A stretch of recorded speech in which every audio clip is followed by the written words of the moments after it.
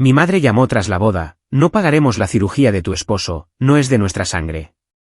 Le respondí desde el hospital: de acuerdo, pero al fisco le interesará el dinero que robaste de mi fondo fiduciario. Mi madre se negó a ayudar con la cirugía de emergencia de mi esposo, diciendo que era familia política, no de sangre. Apenas unas semanas después de gastar una fortuna en la boda de mi hermano. Así que, en una cena familiar, hice una simple observación financiera que expuso su hipocresía y puso en marcha un colapso que ella nunca vio venir. El estéril olor químico de la sala de espera del hospital comenzaba a impregnar mi ropa. Me senté bajo las zumbantes luces fluorescentes.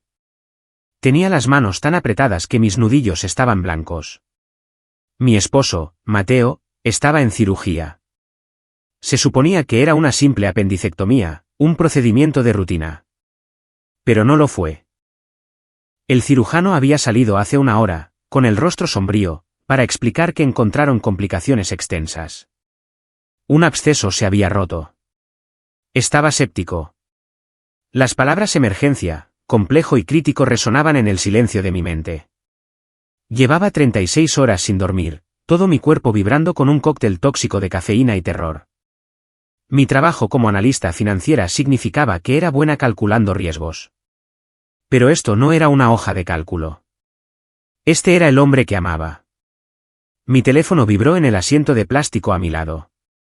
Lo agarré, desesperada por una distracción, quizás una palabra de apoyo.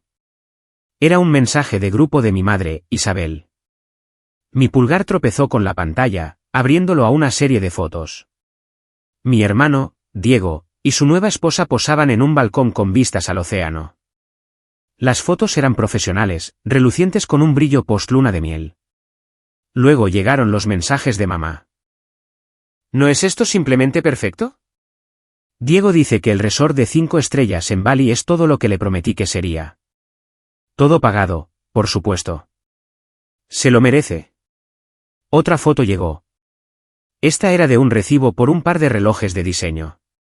El pie de foto de mi madre, un detalle especial. Regalo de boda de parte de Carlos y mía. Solo tienes una boda como esta. Miré la pantalla, mi visión se nublaba. El precio de los relojes por sí solo habría cubierto todo nuestro deducible del seguro. El costo de esa luna de miel en Bali podría haber cubierto la mitad de la factura hospitalaria proyectada que estaba mirando en un formulario de ingreso arrugado.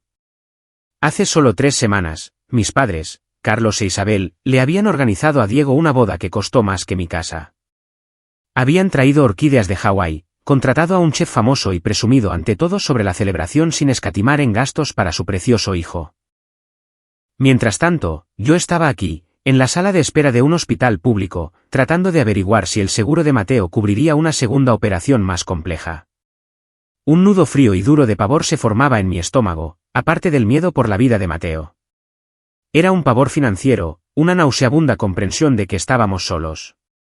Tenía que intentarlo. Mis manos temblaban mientras marcaba su número. Contestó al segundo tono, su voz brillante y alegre. Sofía, ¿viste las fotos? No es guapísimo. Mamá, dije, mi voz quebrándose. Estoy en el hospital. Es Mateo. La línea quedó en silencio. La oí suspirar, un sonido de pura inconveniencia. Oh, ¿está bien?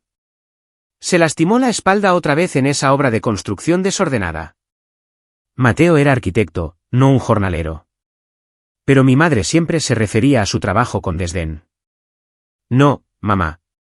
Es grave. Tuvo una apendicectomía, pero se rompió. Tiene sepsis. Están en cirugía ahora mismo, y no está bien. Oh, vaya. Bueno, esas cosas pasan, dijo, su tono completamente distante. Dale mis mejores deseos. Tengo que irme. Diego está a punto de llamar.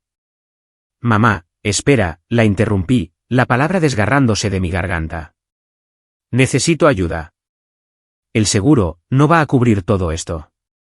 Están hablando de cuidados especializados, una larga recuperación. No tenemos este tipo de dinero ahora mismo. Acabamos de invertir nuestros ahorros en su nueva firma. El silencio que siguió fue pesado y frío. Sofía, dijo finalmente, su voz despojada de toda su calidez anterior. Eres analista financiera. Seguramente planeaste para una emergencia. No para esto. No para decenas de miles de dólares. Acabas de gastar tanto en la boda. Pensé que tal vez tú y papá podríais ayudarnos, aunque sea solo un préstamo para superar esto. La oí tomar una respiración brusca. Sofía, voy a detenerte ahí mismo. Tu padre y yo ayudamos a Diego con su boda.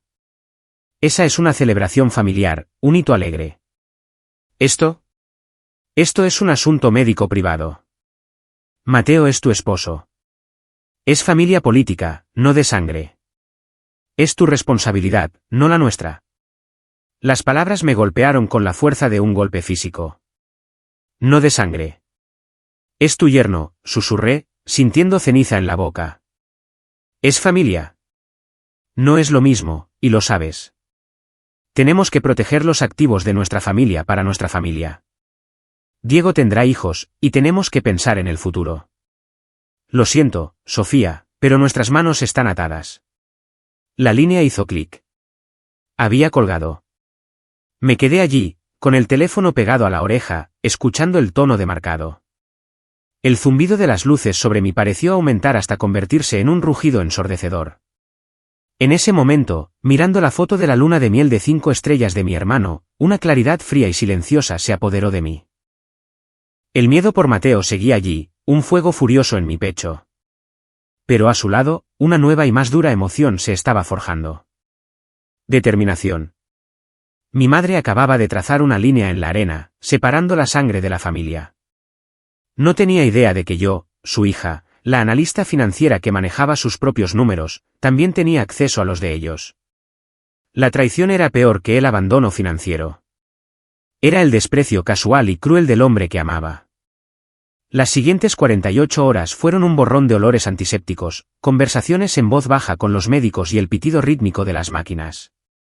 Mateo superó la segunda cirugía. Estaba estable pero débil, y el camino por delante iba a ser largo.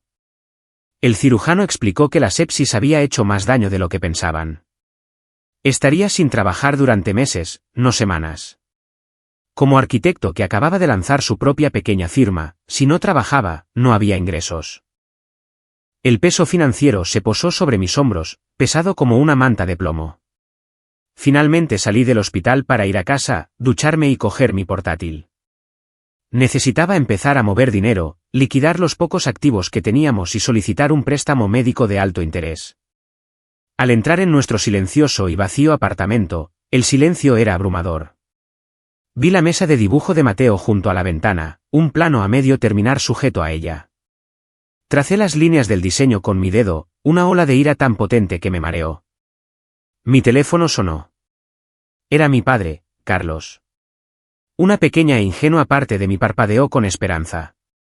Mi padre era el facilitador, la billetera detrás de los caprichos de mi madre, pero era un hombre más blando. Quizás él lo entendería. Sofía, dijo, su voz ronca. Tu madre me contó lo de Mateo. Mala suerte.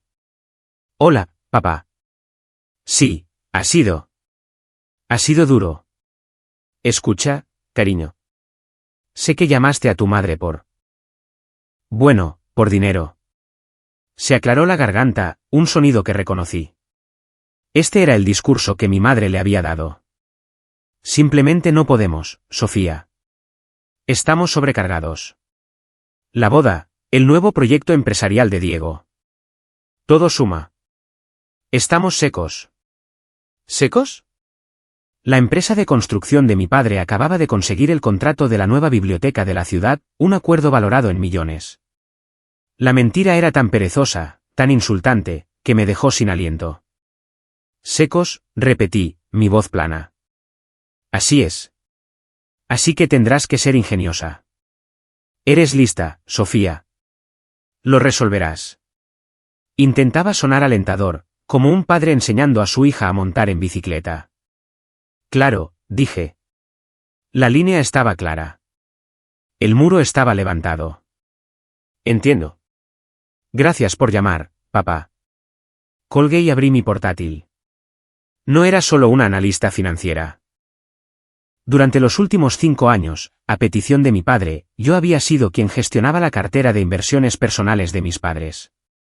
Fui yo quien estableció sus fideicomisos, quien presentó sus informes trimestrales, quien equilibró la compleja red de activos que financiaba su lujoso estilo de vida. Mi madre, la diseñadora de interiores, pensaba que gestionaba la posición social de la familia, y mi padre, el empresario, pensaba que gestionaba la empresa, pero yo era quien gestionaba la riqueza líquida real. Lo hacía gratis, por supuesto, por la familia. Inicié sesión en el portal seguro. No iba a robarles. No iba a hacer nada ilegal. Solo iba a mirar. Iba a ver exactamente cuán secos estaban realmente. Los números se cargaron en la pantalla, columnas de activos, transacciones recientes, saldos de cuentas. Y ahí estaba.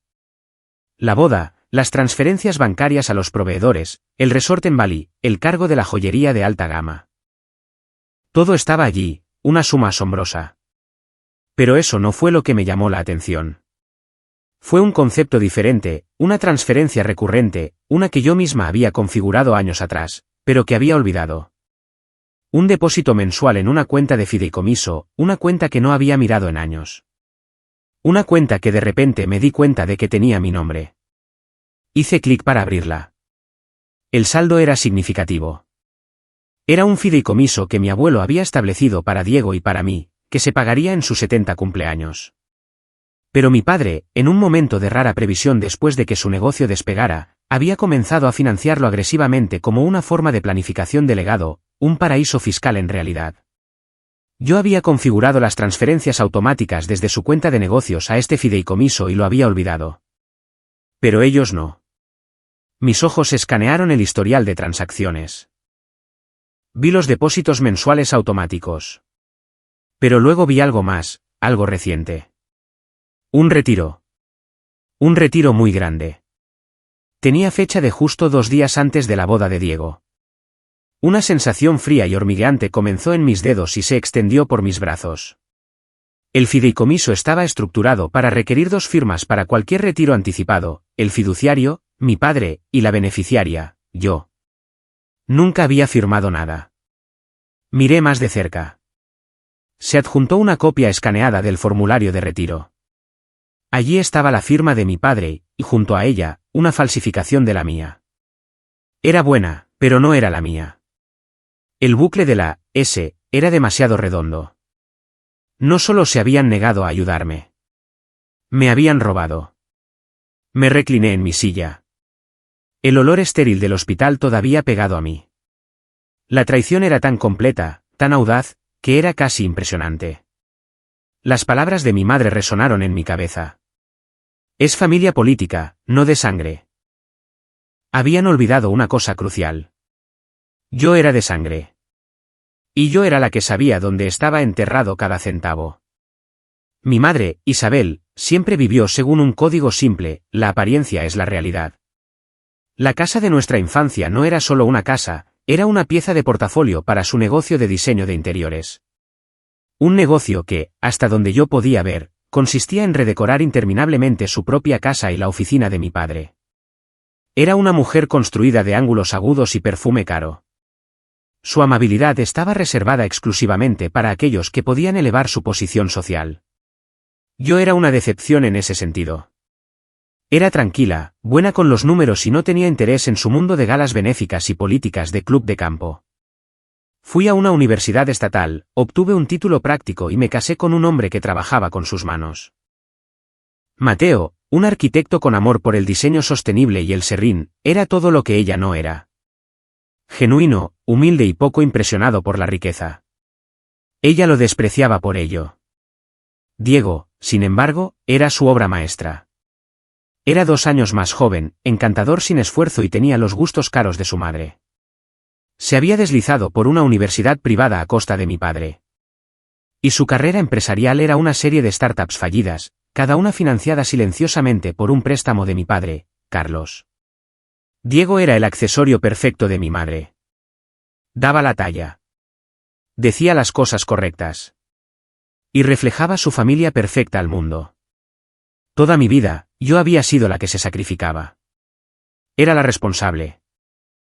Cuando la empresa de mi padre casi se hundió durante la recesión de 2008, fui yo, recién salida de la universidad, quien pasó 6 meses reconstruyendo su contabilidad desde cero, encontrando los resquicios creativos pero legales que salvaron su empresa. Cuando mi abuelo enfermó, fui yo quien gestionó sus cuidados paliativos, las facturas médicas y la herencia. Diego estaba demasiado ocupado, encontrándose a sí mismo en Tailandia. Lo hice todo sin quejarme porque ese era mi papel. Sofía, la hija fiable e invisible. Y ahora me habían robado para financiar la vida perfecta de Diego. La nueva persona en esta ecuación era la esposa de Diego, Valeria, una mujer perfectamente elegida por mi madre. Solo la había visto un par de veces antes de la boda. Era pulcra, con una sonrisa deslumbrantemente blanca y un currículum que parecía consistir enteramente en ser influencer. Su interés en nuestra familia era específico. En una cena previa a la boda, me había acorralado, sus ojos escaneando mi sencillo vestido. Sofía, ¿verdad? Eres la de los números, había dicho, sorbiendo su champán. Diego me dice que la empresa de tu padre es enorme. Debe ser muy reconfortante saber que tu futuro está todo arreglado. Mi futuro es mío, gracias, le había respondido fríamente. Tengo una carrera. Oh, qué tierno, sonrió ella. Un destello de algo duro en sus ojos. Pero me refiero a los activos familiares. Se trata del legado, ¿no? Proteger la línea de sangre. Línea de sangre. Ahí estaba esa palabra de nuevo. No era una coincidencia. Era el mantra familiar susurrado por mi madre y ahora repetido por su nueva protegida. Ahora, sentada en la mesa de mi cocina, la firma falsificada quemando un agujero en mi pantalla, todo encajó. Esto no se trataba solo de que mi madre favoreciera a mi hermano. Era una estrategia calculada a largo plazo para consolidar la riqueza familiar, dejándonos a mí y a mi esposo político, completamente fuera. Su negativa a ayudar fue el aperitivo. El robo de mi fideicomiso fue el plato principal. Me veían como una utilidad silenciosa, la hija sensata que nunca armaría un escándalo, que simplemente absorbería el golpe y lo resolvería, como había dicho mi padre. Asumieron que era demasiado tímida, demasiado abatida por mi crisis actual para contraatacar. Habían confundido mi competencia silenciosa con debilidad. Una nueva energía fría surgió a través de mí. Esto ya no se trataba solo del dinero para las facturas de Mateo. Se trataba de las décadas de ser marginada, de ser utilizada, de ser tratada como secundaria. Se trataba del flagrante robo criminal. La voz de mi madre, no es de sangre, fue el catalizador. No tenía idea de la guerra que acababa de declarar. Mi primera llamada no fue a un abogado. Fue al cirujano de Mateo. Usé nuestra tarjeta de crédito de emergencia, la que tenía una tasa de interés depredadora, para pagar el depósito de la siguiente fase de su cuidado. Él era mi prioridad. Solo cuando supe que estaba a salvo y programado para los seguimientos necesarios, me permití cambiar de marcha. Era analista financiera. Toda mi carrera se basaba en encontrar irregularidades. Esto no era solo una disputa familiar. Era fraude. La trampa ingeniosa ya estaba en mi poder. Era la cartera misma. Durante 5 años, había sido la administradora no remunerada de su riqueza. Tenía acceso a todo. Cada cuenta de corretaje, cada declaración de impuestos, cada escritura de propiedad y cada préstamo privado a Diego. Mi padre, confiando en su chica de los números, me había dado las llaves del reino. Mi madre, demasiado centrada en los resultados de la riqueza, nunca se había molestado en entender la fuente. Abrí un nuevo archivo encriptado en mi disco duro. Comencé a sacar registros. Primero, el fideicomiso. Descargué el comprobante de retiro falsificado. Esa era mi prueba irrefutable. Pero no era suficiente. No solo quería el dinero de vuelta. Quería que entendieran lo que habían hecho. Necesitaba palanca. Indagué en las cuentas de negocios de mi padre, las que le había ayudado a configurar. Crucé las fechas de las startups fallidas de Diego con enormes e inexplicables honorarios de consultoría pagados por la empresa de mi padre. Era evasión de impuestos clásica, canalizando las ganancias del negocio a su hijo, disfrazadas de gastos. Era descuidado, arrogante y altamente ilegal. Descargué las facturas, vagas, poco profesionales y todas aprobadas por mi padre, Carlos. Luego, miré la boda.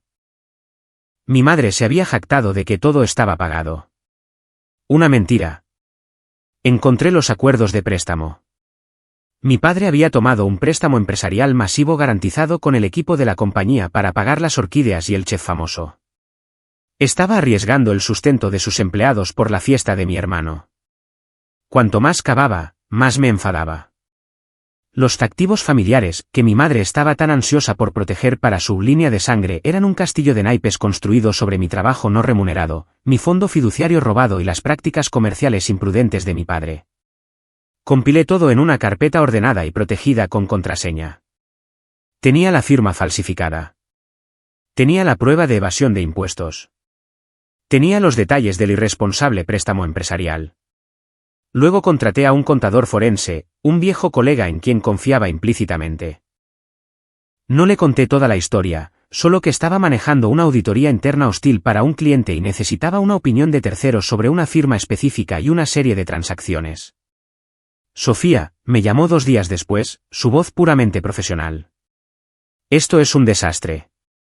La firma en el retiro del fideicomiso es una falsificación clara. El equipo legal de cualquier banco lo detectaría en un segundo. ¿Y estos honorarios de consultoría?, silbó. Esto no es solo mala contabilidad. Esto es fraude electrónico, simple y llanamente. Quienquiera que sea este cliente, está en un mundo de problemas. Gracias, dije, mi voz firme. Eso es exactamente lo que necesitaba escuchar. Colgué. Las piezas estaban en su lugar. Tenía la prueba. Tenía la validación profesional. Todo lo que necesitaba era el momento adecuado. Llegó una semana después. Mi teléfono vibró con un mensaje de mi madre, Isabel. Cena familiar en el club el sábado. Tu padre tiene un anuncio maravilloso sobre Diego. Estate allí. Y por favor, Sofía, intenta lucir presentable. Nada de uniformes de hospital. Todavía llevaba los mismos vaqueros que había usado durante 2 días. Mateo finalmente estaba en casa, durmiendo en nuestra cama, pero era una sombra de sí mismo.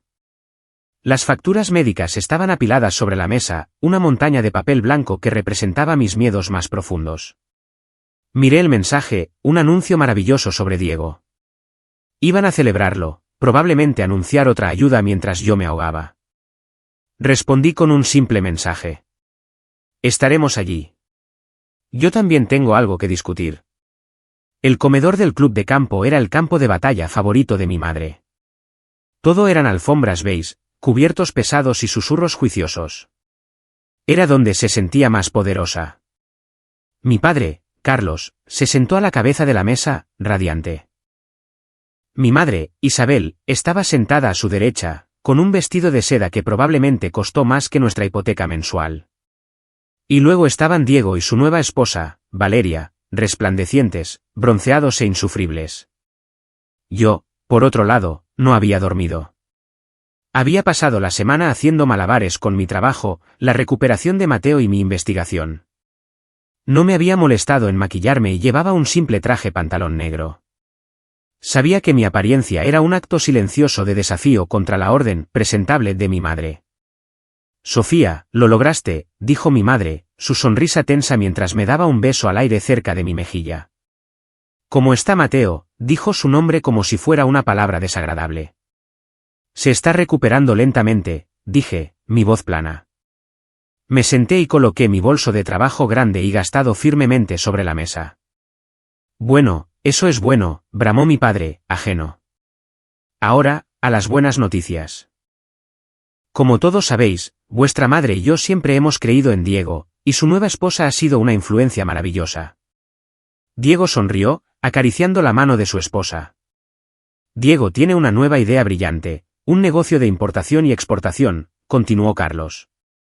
Y su madre y yo vamos a proporcionar el capital inicial para ponerlo en marcha. Lo estamos haciendo socio de pleno derecho en la empresa familiar. Su esposa soltó una risita. Carlos e Isabel han sido tan generosos. Van a transferir el dinero inicial mañana. Estamos muy agradecidos de que sepan cómo cuidar de la verdadera familia.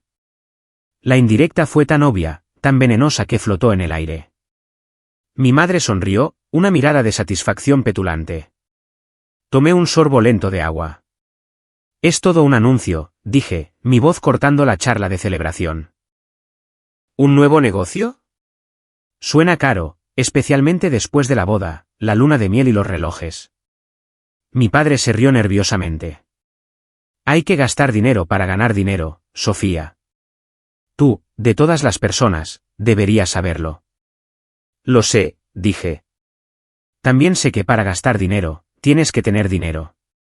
Y tú me dijiste, papá, que estabais secos. La mesa se quedó en silencio. La sonrisa de mi madre vaciló. Sofía, este no es ni el momento ni el lugar para tus preocupaciones financieras. Estamos celebrando a tu hermano. No estoy preocupada, mamá. Solo estoy confundida, dije, inclinándome hacia adelante. Metí la mano en mi bolso y saqué una sola hoja de papel. La deslicé sobre la mesa hacia mi padre. Era el extracto bancario de mi cuenta de fideicomiso, el que mostraba el gran retiro reciente. Estaba revisando mi cartera, dije, mi voz tranquila y clara, y noté esta transacción bastante grande. Un retiro del fideicomiso que el abuelo estableció para mí. Es curioso, no recuerdo haber firmado para ello. El rostro de mi padre se puso blanco. Miró el papel, su mano temblando ligeramente. ¿Qué es esto, Carlos?, espetó mi madre, arrebatándole el papel. Lo escaneó, sus ojos se abrieron solo por un segundo antes de entrecerrarse en rendijas. No sé qué estás insinuando, dijo, su voz bajando a un susurro peligroso. No estoy insinuando nada, dije, sacando un segundo papel de mi bolso. Era el comprobante de retiro falsificado. Lo coloqué junto a su plato.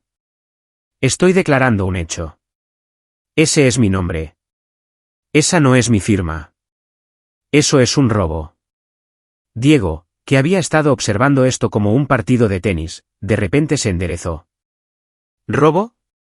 Esa es una palabra fuerte, Sofía. Papá, ¿qué es esto?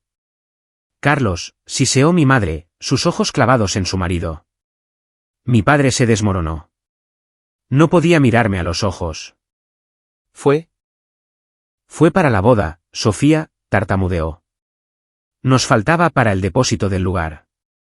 Yo pensé que lo entenderías. Era para tu hermano. Iba a devolverlo. Pensaste que lo entendería, repetí, mi voz subiendo, atrayendo la atención de las mesas cercanas. Me robaste mi dinero para su boda. Y luego, 3 semanas después, cuando mi esposo estaba en estado crítico, me dijiste que estabais secos. Ahora escúchame, interrumpió mi madre, su rostro una máscara de furia. Agarró el comprobante. Esto es un asunto familiar. Fue un préstamo, un simple error administrativo. Estás montando una escena por nada. Una escena, me reí, un sonido áspero y seco. Una firma falsificada es un delito grave, mamá, no un error. Y eso es solo el comienzo. Los ojos de mi madre se abrieron de par en par. Había pensado que esa era mi única carta. Me había subestimado. ¿De qué estás hablando?, susurró mi padre, su rostro ceniciento. Estoy hablando, dije, lo suficientemente alto como para que las mesas de alrededor oyeran, de los honorarios de consultoría, las decenas de miles de dólares que has estado canalizando desde tu empresa a Diego para sus startups, las que has estado deduciendo como gastos de negocio. Miré directamente a mi padre. Eso no es capital inicial, papá. Eso es fraude fiscal. Mi padre parecía como si le hubieran dado un puñetazo. La nueva esposa de Diego lo miró, su mano cuidada congelada en su copa de champán. Estás mintiendo, tartamudeó Diego, su encanto evaporándose. Tú. Solo estás celosa. Siempre has estado celosa de mí. Lo estoy, dije. Metí la mano en mi bolso una última vez y saqué un grueso sobre de Manila. Aquí están las facturas, Diego. Las que presentaste por investigación de mercado mientras en realidad estabas en Ibiza. Y aquí, dije, deslizando otro documento a mi padre, está el préstamo empresarial que sacaste para la boda, garantizado con el equipo que tus empleados necesitan para hacer su trabajo. ¿Cuánto tiempo pensaste que podrías ocultar esto al IRS? A tus propios socios. Mi madre se levantó tan rápido que su silla chirrió en el suelo. Tú, siseó, señalándome con un dedo tembloroso. Tú hiciste esto. Fuiste a husmear en nuestros archivos privados. Estás tratando de destruir a esta familia. Destruir a esta familia, me levanté para enfrentarla, mi voz finalmente rompiéndose con toda la fuerza de mi traición. Tú la destruiste. La destruiste cuando gastaste una fortuna en él, señalé a Diego, y me dijiste que mi esposo no era de sangre. La destruiste cuando dejaste que él, señalé a mi padre, me robara para pagarlo. Estabas tan ocupada protegiendo tu línea de sangre que olvidaste que yo también era tu sangre. Y olvidaste que yo era la única lo suficientemente inteligente como para evitar que todo tu corrupto castillo de naipes se derrumbara.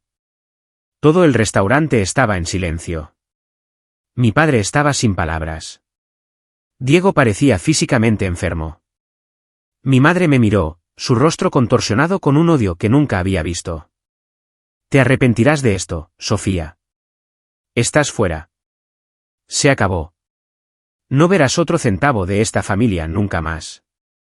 Está bien, dije, recogiendo mi bolso. No quiero tus centavos. Quiero mi dinero. El dinero que robaste. Tienes 24 horas para transferir la cantidad total más los intereses de vuelta a mi cuenta. Y si no lo hacemos, desafió mi madre, su voz baja. Sonreí, una sonrisa fina y fría. Entonces golpeé la carpeta de Manila, va al IRS. Y levanté el comprobante falsificado, va al fiscal del distrito. Vuestra elección. Me di la vuelta y salí del restaurante, dejándolos sentados en las ruinas de su celebración. Las siguientes 24 horas fueron las más largas de mi vida. Me senté en la mesa de nuestra cocina, atendiendo a Mateo, que ahora estaba despierto y consciente, aunque somnoliento. Le había explicado lo básico. Él solo sostuvo mi mano, su agarre débil pero firme. Eres increíble, había susurrado. Y aterradora. Mi teléfono estaba en silencio. Sin llamadas, sin mensajes, sin notificaciones de una transferencia bancaria. Mis padres estaban poniendo a prueba mi farol. Pensaban que todavía era su hija tímida, que no me atrevería a apretar el gatillo. La mañana de la fecha límite, recibí una llamada de un número desconocido. Era el abogado de mis padres. Sofía, dijo, su voz resbaladiza y condescendiente. Tus padres me han informado de tus acusaciones. Esto es un grave malentendido familiar. Tu padre tomó prestado ese dinero y lo devolverá. Tus amenazas, sin embargo, constituyen extorsión. Si publicas alguno de esos documentos, presentaremos cargos. Estaban jugando duro. Mi estómago se revolvió, pero me mantuve firme. No es extorsión denunciar un delito, dije con calma. Y un préstamo requiere permiso. Lo que él hizo fue falsificación y robo, y los honorarios de consultoría son fraude fiscal. Usted lo sabe y yo lo sé. El tiempo corre. Colgué. La bravuconería era una cosa. La realidad era otra. ¿Estaba realmente dispuesta a enviar a mi propio padre a la cárcel? La duda debió demostrarse en mi rostro. ¿Qué pasa?, preguntó Mateo. Me están amenazando con extorsión, dije, mi voz pequeña. Están de farol, Sofía, dijo, incorporándose sobre sus codos. Están acorralados. Tu madre es demasiado orgullosa para dejar que esto se haga público. Tu padre está demasiado asustado. Tenía razón. A mi madre le importaba una cosa, las apariencias. Una demanda pública, una auditoría del IRS. Sería su ruina social. Pero la tarde llegó y se fue. Todavía nada. Mi determinación comenzó a flaquear. Quizás iban a dejar que todo se quemara. Entonces, a las 4:50 de la tarde, 10 minutos antes de que cerraran los bancos, recibí un mensaje de un número que no reconocí. Era de la nueva esposa de Diego, Valeria. Es un fraude.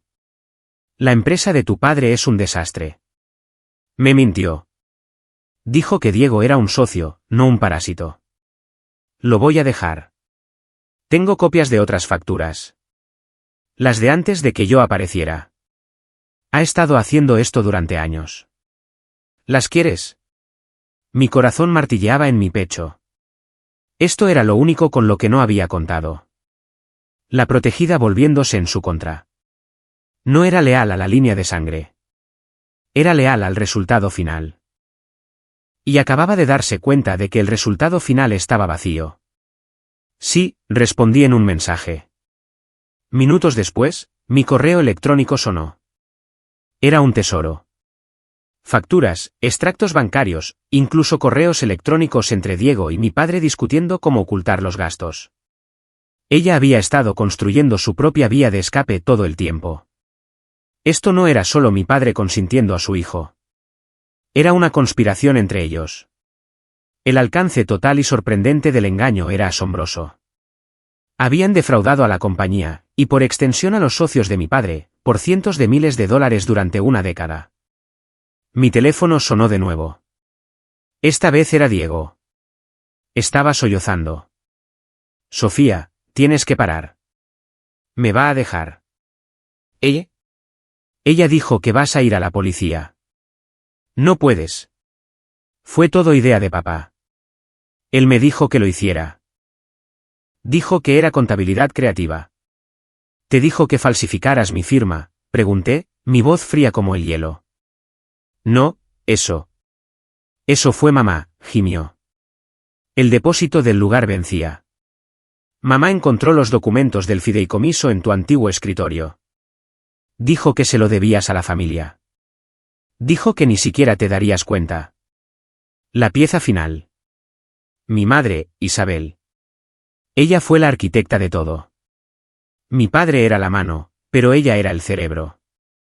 ¿Se acabó, Diego?, dije. No, espera, suplicó.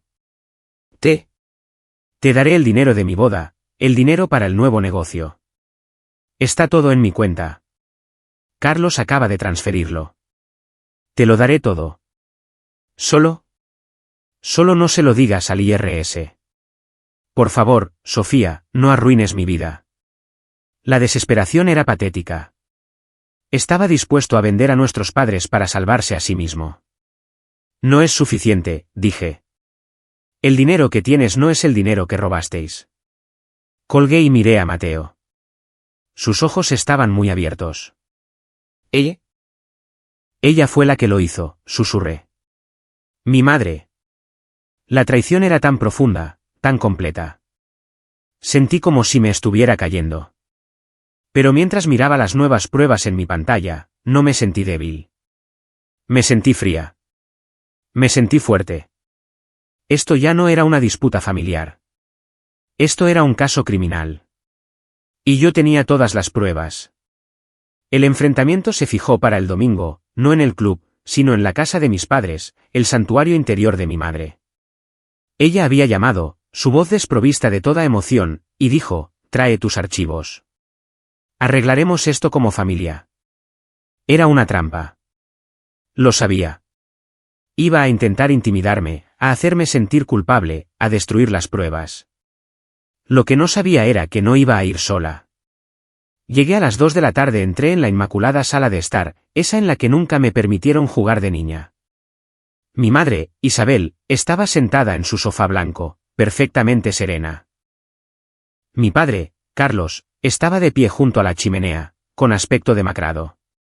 Diego estaba en un sofá de 2 plazas, con la cabeza entre las manos. Sofía, dijo mi madre, su voz como el cristal. Ya has causado suficiente daño. Dame el sobre. Te devolveremos el dinero de tu fideicomiso. Y todo esto desaparece. Es un poco tarde para eso, mamá, dije, permaneciendo de pie. No seas dramática, espetó. Tu padre cometió un error. Es tu padre. No lo destruirás por esto. No cometió un error, dije, mi voz llenando la silenciosa habitación. Todos vosotros tomasteis una decisión. Elegisteis robarme. Elegisteis mentir. Elegisteis valorar una fiesta más que la salud de mi esposo. No es de sangre, chilló, su compostura finalmente rompiéndose. Es un extraño. Este es nuestro dinero, nuestra familia. ¿Y qué soy yo, mamá?, pregunté, dando un paso adelante. No soy tu sangre. Nos traicionaste, intervino mi padre, su voz temblorosa. Espiando, chantajeando. ¿Chantajeando?, repetí. Yo lo llamo una auditoría. Dame los archivos, Sofía, ordenó mi madre, levantándose. Ahora. No puedo, dije simplemente. No los tengo. Mi padre y mi madre intercambiaron una mirada de pura confusión y pánico. Diego levantó la vista. ¿Qué quieres decir con que no los tienes?, balbuceó Carlos. Quiero decir que ya se los di a alguien, dije. Alguien que está mucho más interesado en ellos que yo. Como si fuera una señal, sonó el timbre. Mi madre se congeló. ¿Quién es? No esperamos a nadie. Oh, pero yo sí, dije. Creo que son para ti, papá. Mi padre caminó como en trance hacia la puerta principal. La abrió. En el porche había dos hombres con trajes oscuros. No sonreían. Señor Carlos, dijo uno de ellos, su voz plana. Soy el agente Harris y este es el agente Lee, de la investigación criminal del IRS. ¿Podemos pasar? Tenemos algunas preguntas sobre una serie de transferencias bancarias desde su cuenta de negocios. La pierna de mi padre pareció ceder. Se agarró al marco de la puerta para sostenerse.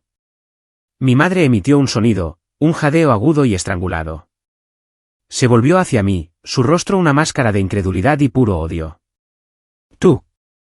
No lo hiciste. Lo hice, dije, mi voz temblorosa pero clara. Y eso no es todo. El timbre volvió a sonar. Esta vez, dos policías uniformados estaban de pie detrás de los agentes del IRS. Estamos aquí, dijo uno de los oficiales, mirando más allá de mi padre, por la señora Isabel y el señor Carlos. Hemos recibido una queja formal por fraude bancario y falsificación, junto con una confesión completa de un testigo. Diego se levantó de un salto del sofá. ¿Qué? No, yo. Yo no confesé. No tú, Diego, dije. Miré a mi madre. Pude contactar con tu organizadora de bodas, a la que no le pagaste la factura final. Estuvo más que feliz de proporcionar una declaración jurada de que le dijiste explícitamente que tenías control total de mi fideicomiso y que lo usarías para el depósito. Guardó los correos electrónicos. Mi madre, por primera vez en su vida, se quedó en silencio. Miró a los agentes del IRS. Miró a los policías. Me miró a mí. La realidad de lo que había hecho, la ruina pública, social y legal se derrumbó sobre ella. El agente volvió a hablar. Señor Carlos, señora Isabel, necesitamos que vengan con nosotros. Diego miró, su rostro pálido de terror. Vio su capital inicial, su asociación, toda su vida subvencionada evaporándose. Me miró, sus ojos suplicantes. Yo solo le devolví la mirada, mi rostro duro. Mientras los oficiales entraban para escoltar a mis padres, mi padre finalmente me miró.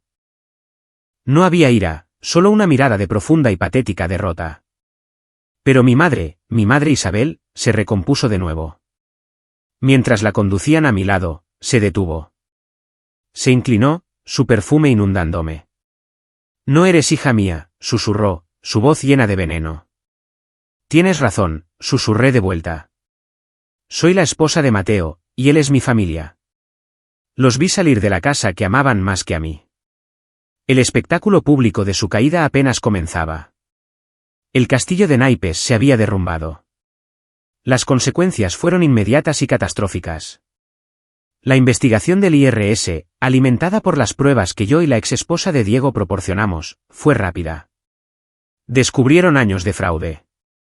Los socios comerciales de mi padre, furiosos por el engaño y el riesgo al que los había expuesto, lo demandaron.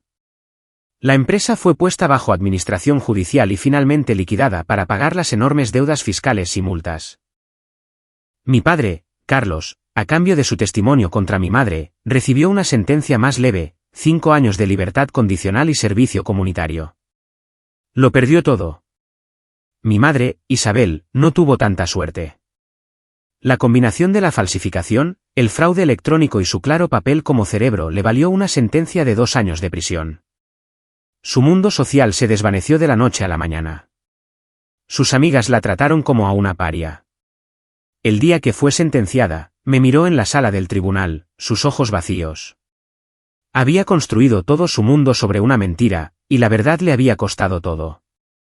Diego, en un intento desesperado por salvarse, había cooperado plenamente. Evitó la cárcel, pero se quedó sin nada, sin fondo fiduciario, sin capital inicial y con una reputación que lo hacía inempleable. Su esposa, fiel a su palabra, había solicitado el divorcio el día después de la confrontación y se había ido hacía mucho tiempo. Lo último que supe es que vivía en un estudio, trabajando en una tienda. En cuanto a Mateo y a mí, el camino fue largo. El dinero que recuperé de mi fideicomiso, que mis padres se vieron obligados a devolver inmediatamente para evitar más cargos, cubrió todas las facturas médicas de Mateo y nos dio un colchón. Sin el estrés del dinero, Mateo se centró en su recuperación. Se curó. Llevó meses, pero su fuerza regresó, y también su pasión. Volvió a su mesa de dibujo y su pequeña firma comenzó a aceptar clientes lenta pero seguramente.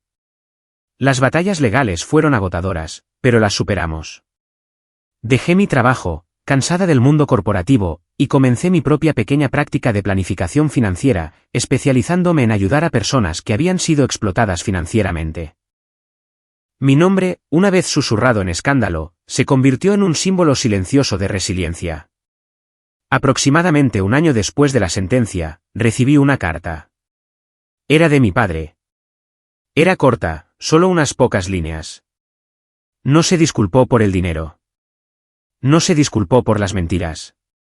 Pero sí escribió: siento haber dejado que tu madre me pusiera en contra de tu esposo.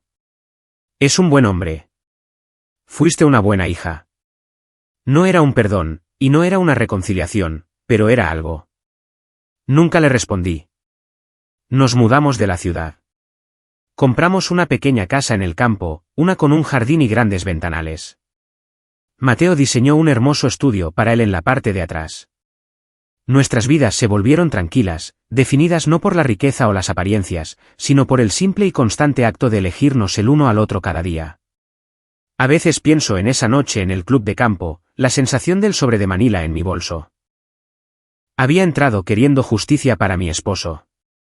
Salí habiendo desmantelado toda una dinastía tóxica. Mi madre tenía razón en una cosa. La sangre es poderosa. Simplemente nunca se dio cuenta de que la persona que compartía su sangre sería la que la haría rendir cuentas. Habíamos encontrado nuestra paz, no heredando un legado, sino construyendo el nuestro.